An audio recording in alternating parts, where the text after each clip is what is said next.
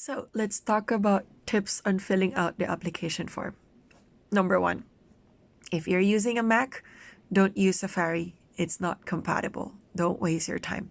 Number two, before you start filling out, figure out first how to save a copy of the editable file because chances are you will need to make some changes and edit your application form.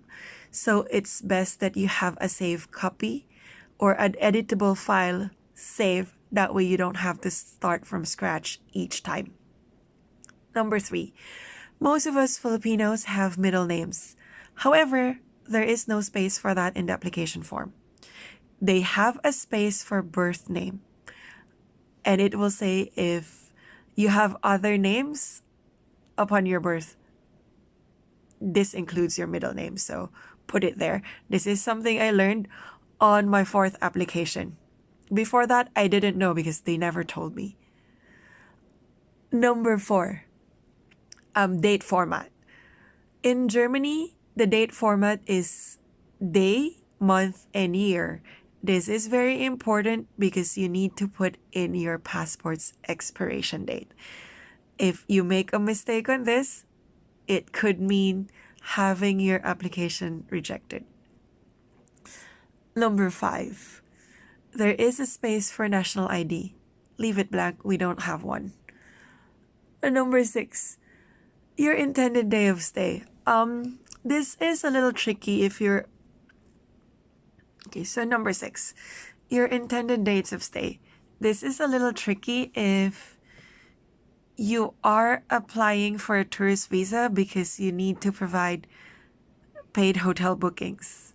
However, if you do not have to provide that, like say visit visa applicants, I would recommend putting in longer dates of stay.